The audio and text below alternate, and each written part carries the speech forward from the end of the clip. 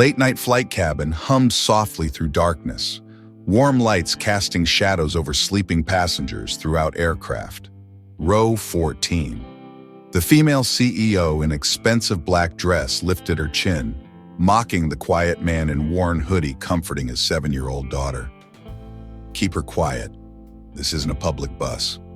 The single father whispered sincere apology, carefully pulled soft blanket over his child. Suddenly, the plane shook violently.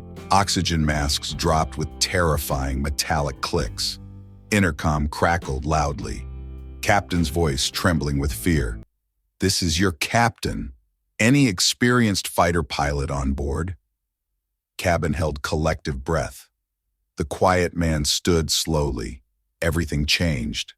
Michael Hale, 35, carried himself with the understated confidence of someone who had learned that actions spoke louder than appearances. European features, short brown hair that refused corporate styling, and a lean frame that suggested physical discipline rather than gym membership. Tonight, he was just another tired father taking the red-eye flight home for his daughter's kindergarten graduation. His clothes told a story of practical choices: worn jeans, comfortable sneakers, and a hoodie that had seen better days but still kept him warm. To most passengers, he looked like what society expected from a single dad struggling to make ends meet. Someone who belonged in economy class, keeping his head down and his voice quiet. 7-year-old Leah nestled against his arm, clutching a small sketchbook filled with crayon drawings of airplanes and clouds. She had been drawing since takeoff, whispering questions about how planes stayed in the sky, why the engines made those particular sounds, and whether the pilots could see stars from the cockpit. "Daddy, why do the wings have those little flaps?" she asked, pressing her nose against the window. Michael's answer came with the precision of someone who understood aircraft systems. "Those are control surfaces, sweetheart. They help the pilot steer through the air, like a rudder on a boat." 3 rows ahead, Aurora Vance checked her platinum watch for the 15th time. At 31, she commanded boardrooms with the same intensity that had built her tech startup into a billion-dollar empire. Her white blazer was wrinkle-free despite the long flight. Her smartphone displayed urgent emails about tomorrow's merger presentation, and everything about her screamed success, power, and impatience.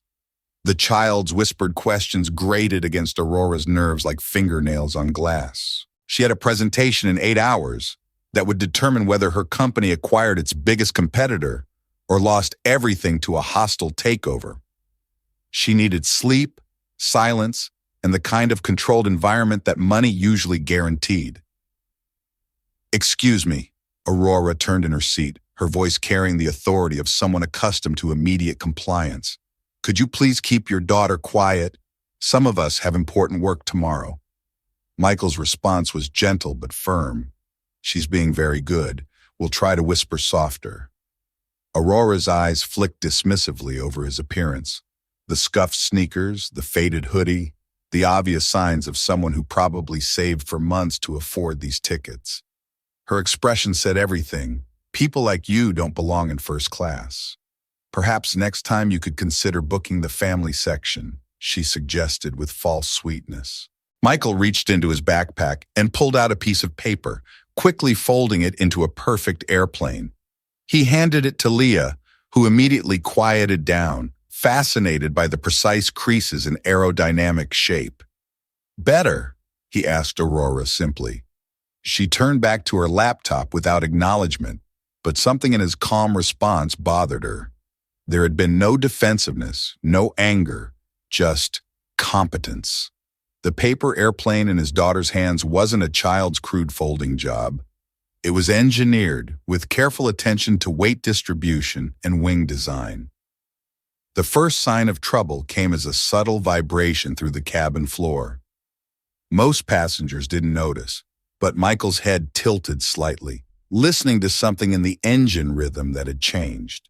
His eyes moved to the ceiling, tracking sounds that didn't belong. A faint electrical smell drifted through the cabin air. A few nervous passengers sniffed and looked around, but flight attendants continued their service with practiced smiles. Aurora laughed mockingly at her laptop screen. I hope this airline knows how to maintain their equipment." Michael's expression darkened as he continued listening to the engines. Something was wrong. Very wrong. The intercom crackled to life.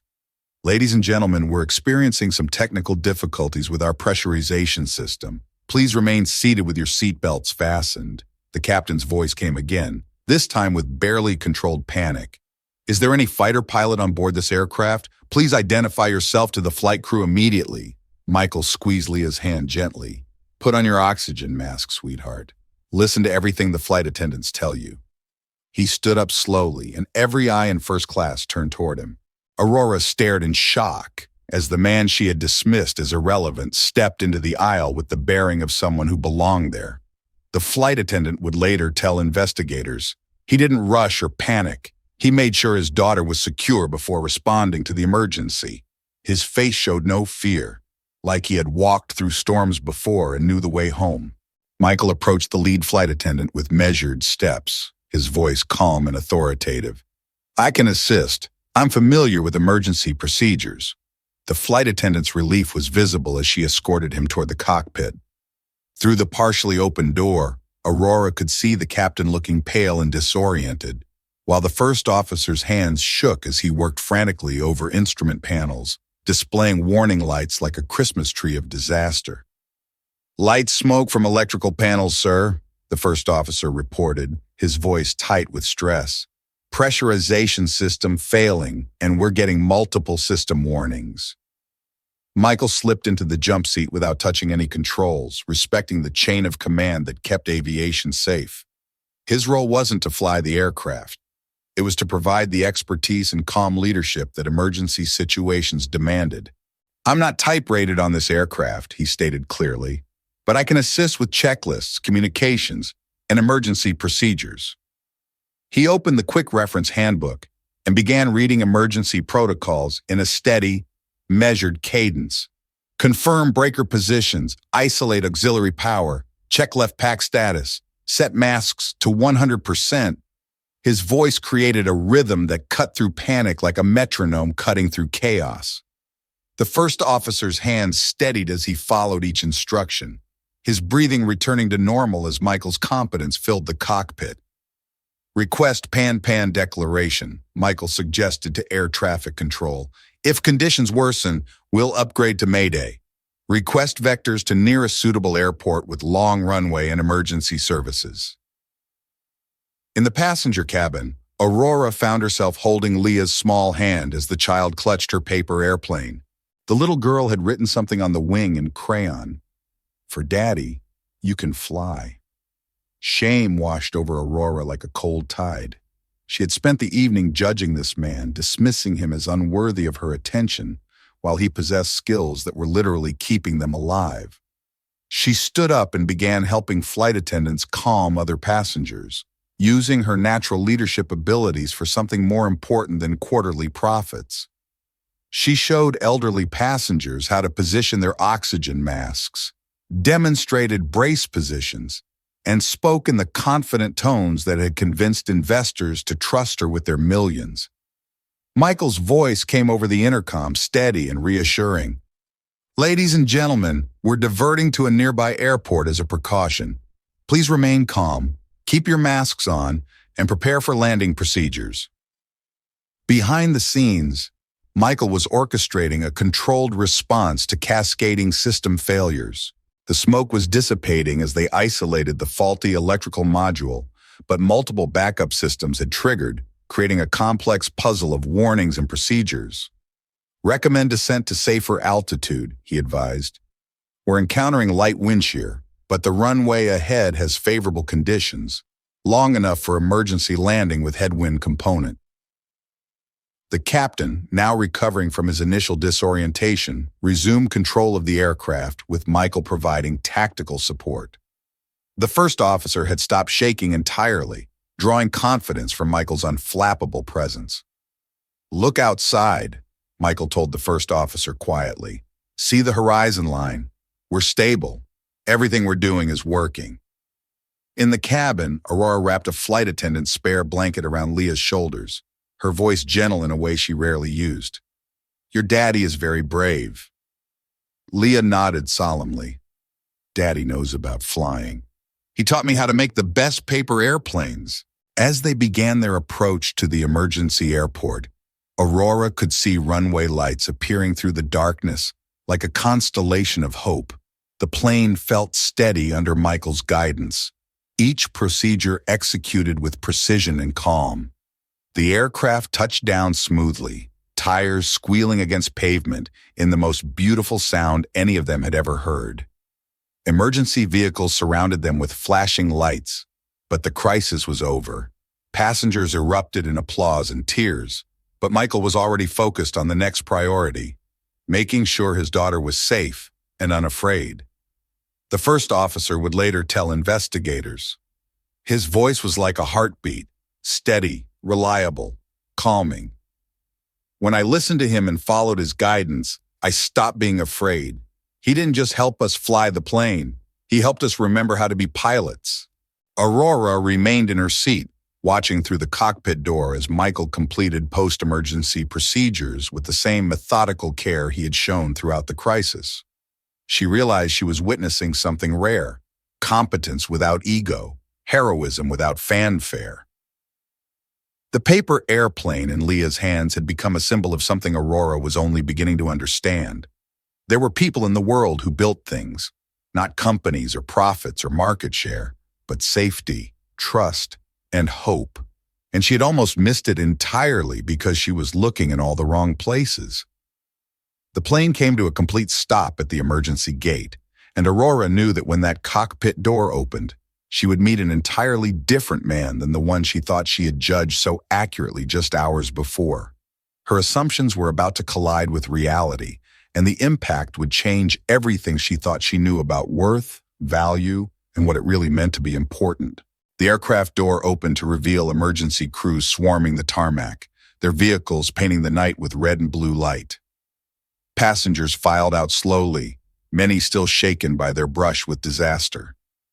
As Michael emerged from the cockpit, one of the fire department supervisors stopped mid-stride, his face registering shock and recognition. Hale? Major Michael Hale? The transformation in the emergency responder's demeanor was immediate and profound. He snapped to attention with military precision, and suddenly Aurora understood that she had been sitting next to someone whose identity was far more complex than his simple clothing suggested. "Sir, I served under your command during the Kandahar operations," the firefighter continued, his voice heavy with respect. "You saved our entire squadron that night." Other crew members began gathering, their conversation revealing fragments of a story that Aurora struggled to piece together. Michael had been a fighter pilot, an instructor, and a combat leader whose reputation preceded him even in civilian emergency services. An elderly passenger approached with trembling hands, tears streaming down his weathered face. "Son, you led the formation that pulled us out of that sandstorm in '09. I still have the newspaper clipping." He gripped Michael's hand like a lifeline. "You brought everyone home." Aurora stood frozen, holding Leah's hand as reporters began arriving at the scene. Camera flashes erupted like lightning, and microphones thrust forward like weapons, but Michael immediately stepped in front of his daughter. "Please leave my child out of this," he said firmly, his voice carrying the authority of someone accustomed to being obeyed. The airline's crisis management team descended with practiced efficiency, offering accommodations and collecting statements. The captain emerged from the cockpit, walked directly to Michael, and offered a handshake that looked more like a salute. "Without you, I'm not sure I could have maintained composure," the captain admitted. "You saved everyone on this aircraft tonight." A company representative approached Aurora, tablets and phones creating a digital wall of urgency. "Ms. Vance, the merger meeting has been moved to 8 a.m. due to the flight delay. The board is extremely concerned about the timing." Aurora looked at the tablet, then at Leah clutching her paper airplane, then back at the corporate machinery that suddenly seemed less important than it had just hours ago. "Cancel the meeting," she said quietly. "Ma'am, cancel it. Reschedule. Priority is making sure all passengers have safe connections and proper support." Her assistant looked confused. "But the merger timeline will wait," Aurora said with finality.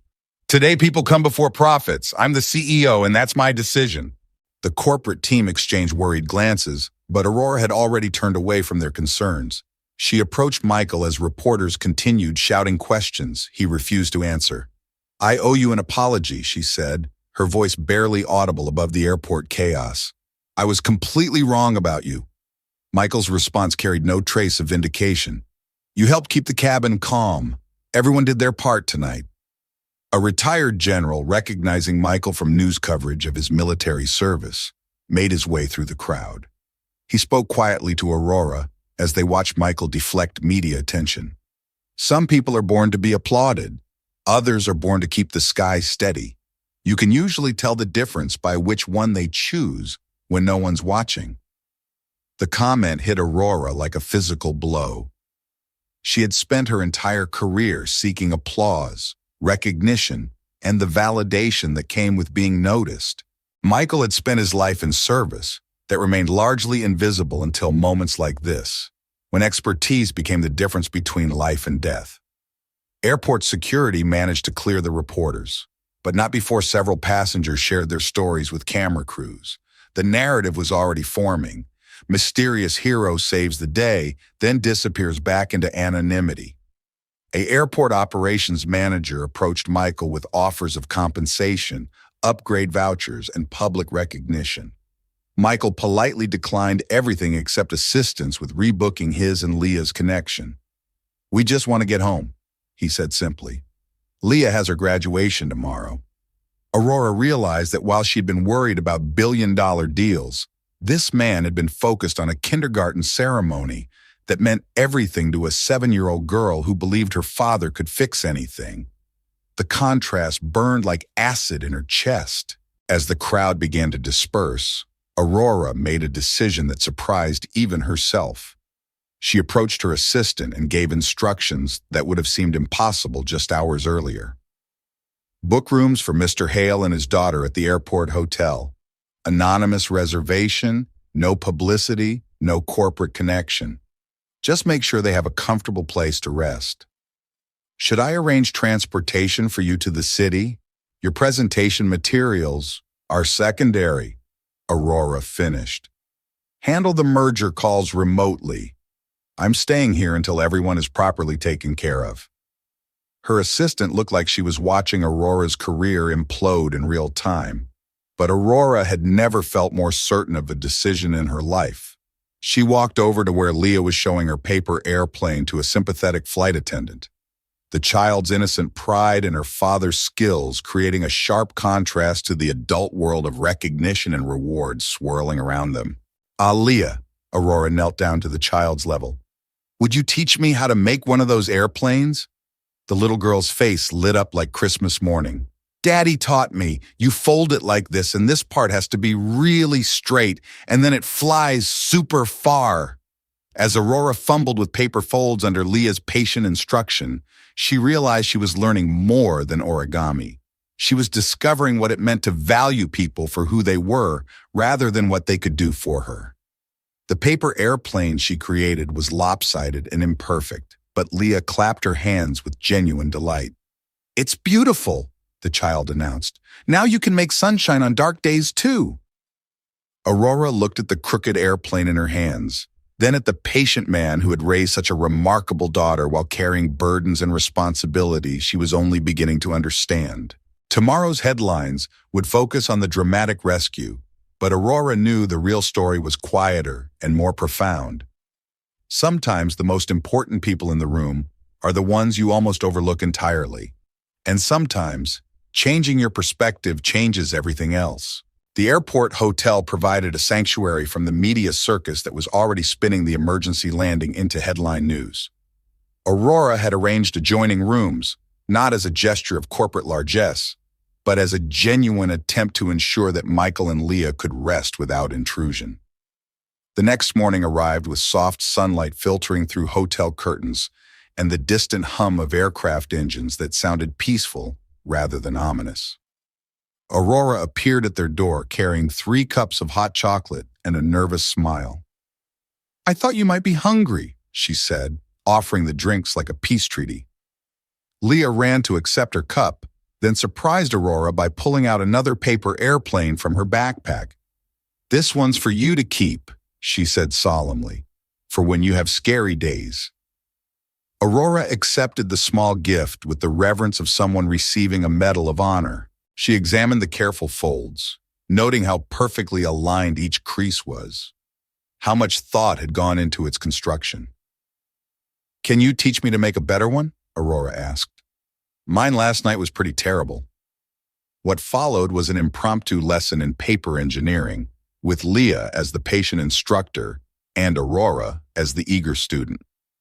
Michael watched quietly, sipping his coffee and observing Aurora's transformation from corporate executive to attentive pupil. "The secret," Leah explained with 7-year-old wisdom, "is that every fold has to be exactly right. Daddy says airplanes are like promises. They only work if you're really careful with them."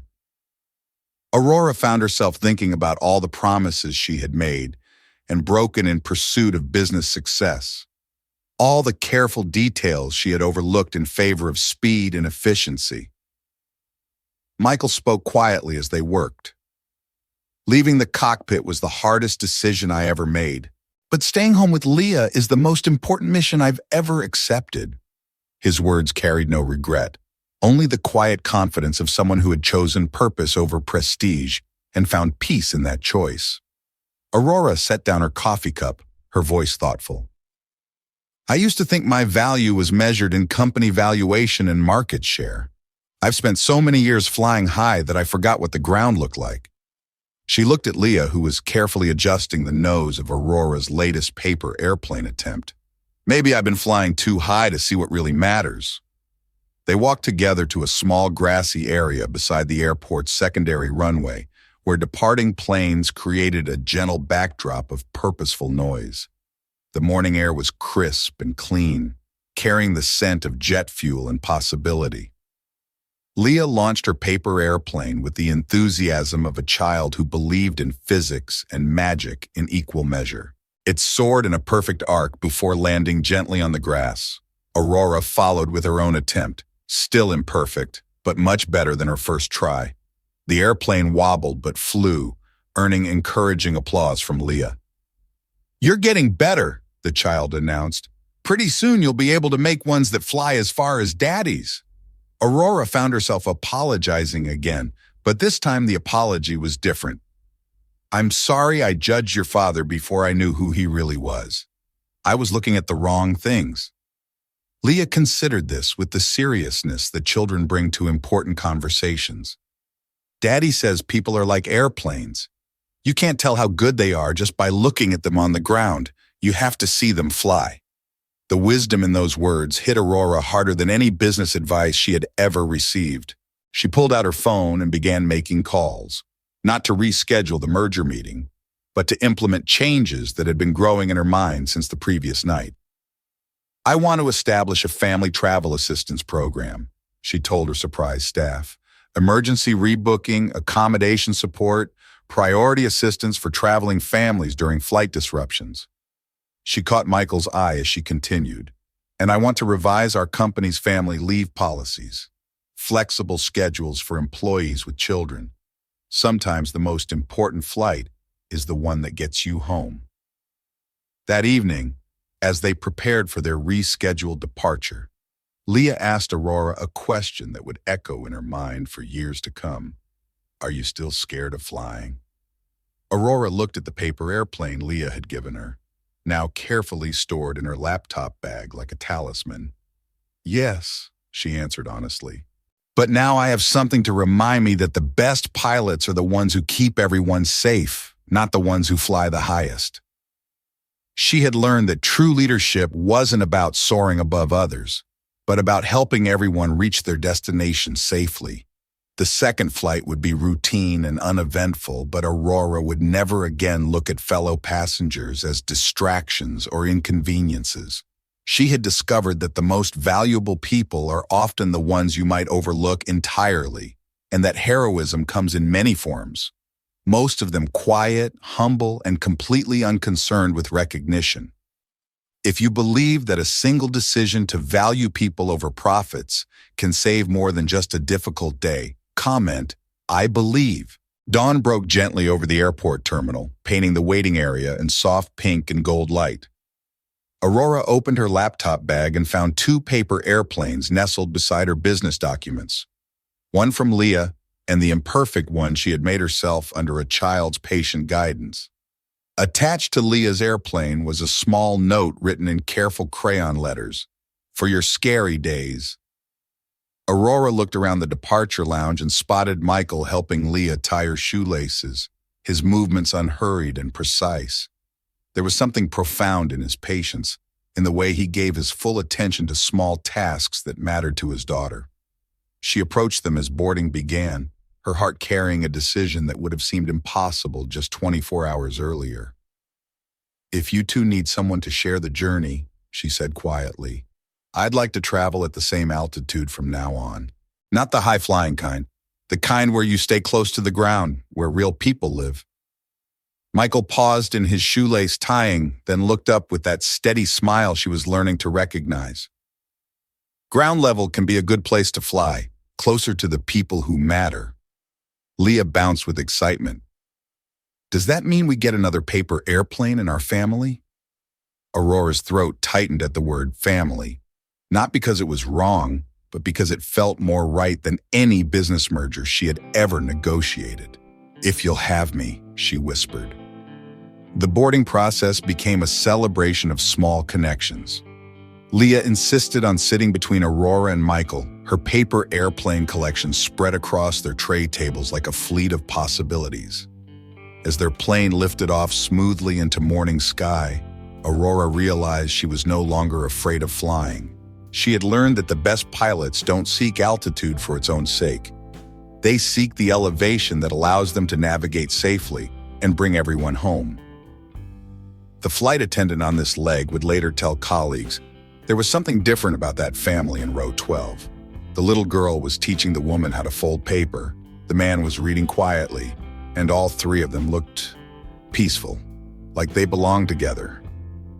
During the flight, Aurora found herself looking out the window not at the height they had achieved, but at the landscape below. Farms and cities and roads connecting people to the places and relationships that mattered most. She pulled out her phone and wrote an email to her board of directors. "The merger can proceed, but with new conditions. Our company will prioritize employee welfare, family support, and sustainable growth over maximum profit extraction. We're changing our flight plan to focus on bringing everyone along, rather than just reaching the highest possible altitude." Michael glanced at her screen and nodded approvingly. Good navigation requires knowing your destination and caring about your passengers. Leah announced that she was going to teach Aurora to draw airplanes when they landed, and maybe they could visit the aviation museum together, where Michael sometimes volunteered on weekends. "You can learn about all different kinds of flying," Leah said seriously. "Daddy knows about the fast kind, but I think you might like the kind where you stay close to people."